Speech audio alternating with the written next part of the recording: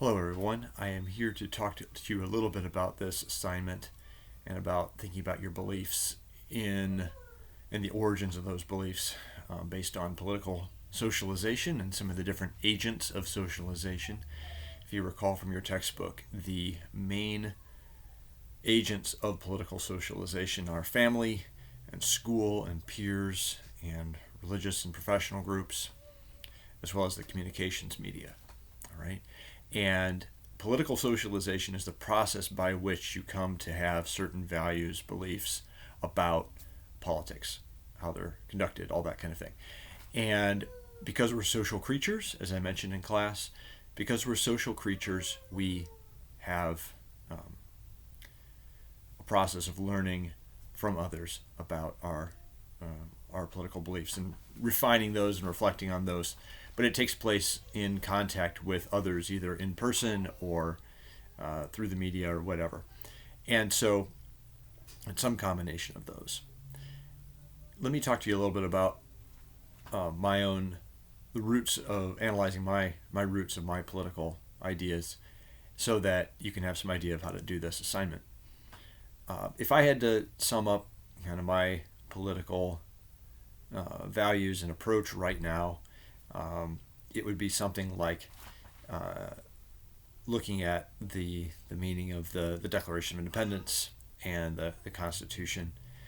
I'm not sure that those are universally applicable.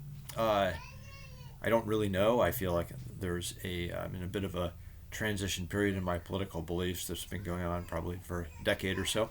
But the best thing I think we can do is we've got these established systems, especially the Constitution, and we ought to do the best we can to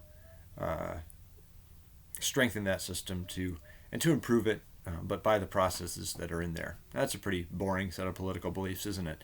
But that's kind of where I am. So how did I get to that point? Well, as your book talks about, we start with family, right? That's our first environment for most of us. If we grew up in a family, as opposed to perhaps somebody who was taken away from their parents early on, through the foster system or whatever. But we start in a family, most of us, and I think for me, the idea of respect for authority that you could see in my answer about the Constitution. Respect for authority it was a conservative and religious family. And I think that idea of respect for the history of the country, for the institutions of the country, sense that there was a religious basis, at least for part of it, which is historically accurate. And then there are additional kind of things that people can sometimes add on to that. But those kinds of family values and experiences shaped my view of politics and of the country's history and of the Constitution. So that's a big part of how I think it through. Now, my parents also taught us not to sort of demonize other people who have different ideas about politics either. We didn't tend to get our news from sources that were more aggressive and hostile to people who disagreed. We usually tended to get our news from the mainstream newspapers and evening news broadcasts and things like that. Okay, so that was also important for us. Of course, I also went to school. That's the next of these agents. And your book talks about the Pledge of Allegiance, the duties of the citizenship, voting, and being informed, the president-centered focus of a lot of education. That probably was all important there. I feel like I got a pretty good education in history and civics, but certainly you do learn that duty-based system. You vote, you stand for the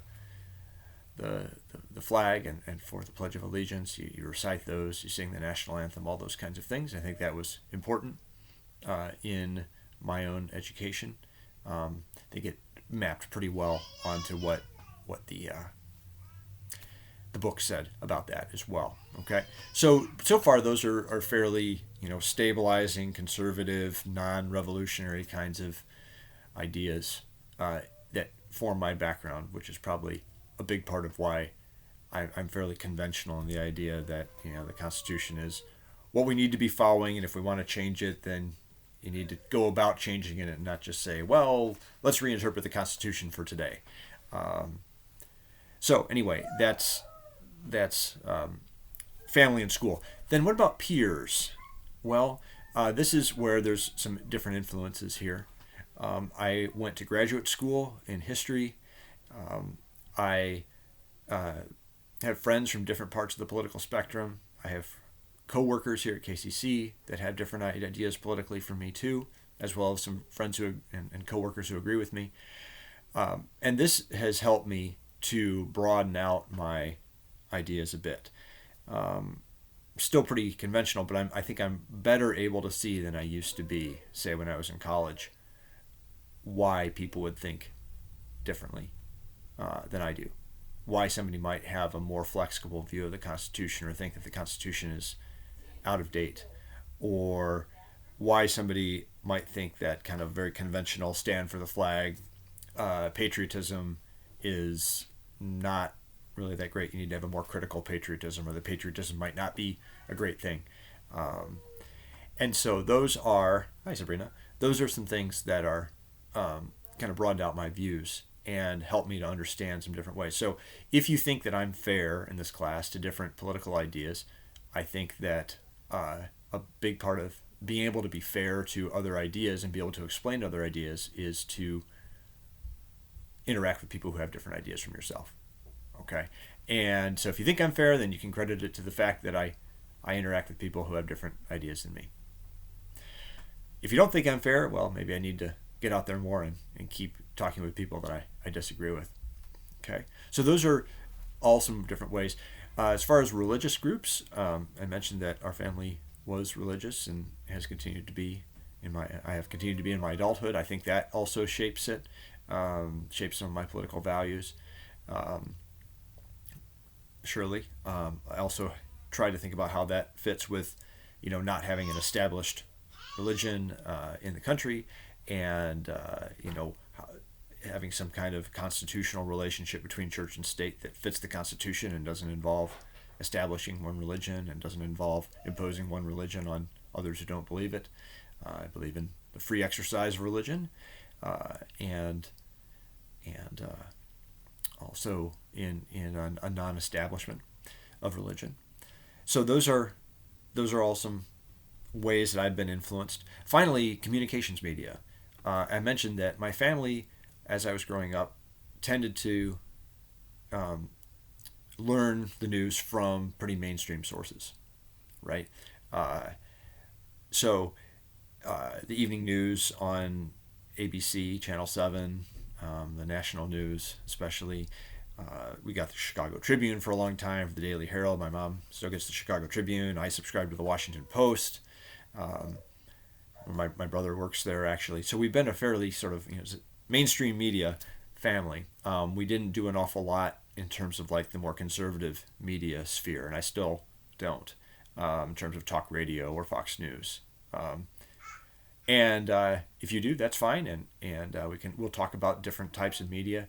I think it's really important to get different perspectives in the media that you read, and so I don't have a particularly strong view of like these are the media sources you need to read. I prefer try to get different perspectives, and I think that's a product of some of the things that I've talked about already in terms of family and my peer group, all that kind of thing. All right, so all those things together help to shape my values politically. To have sort of something of a, we might call a conservative constitutionalist idea of politics, but at the same time try really hard to understand how other people might think differently. And also, like I said, my own particular belief about politics is I'm not sure that, say, the Declaration of Independence or the Constitution are the best system in the world, that they should be exactly like that for everybody, that there's no other possible way to do it. It's just that as long as we have it, then let's work out of that framework or change it by the processes that are there. And that's the best way to preserve freedom and order rather than sort of throwing them out, or radically kind of reinterpreting them to fit what a person wants today. Now, you may have quite different beliefs, and like I said, I really try hard to understand and explain them fairly, all those kind of things. But that's a way I could sort of analyze my current political understanding, thinking about those agents of socialization, how I've come to that from social influences. All right? So those are some examples. I will be glad to talk with you more about this in class on Thursday, or you can also email me if you'd like to. Thank you for listening, and I will talk to you later.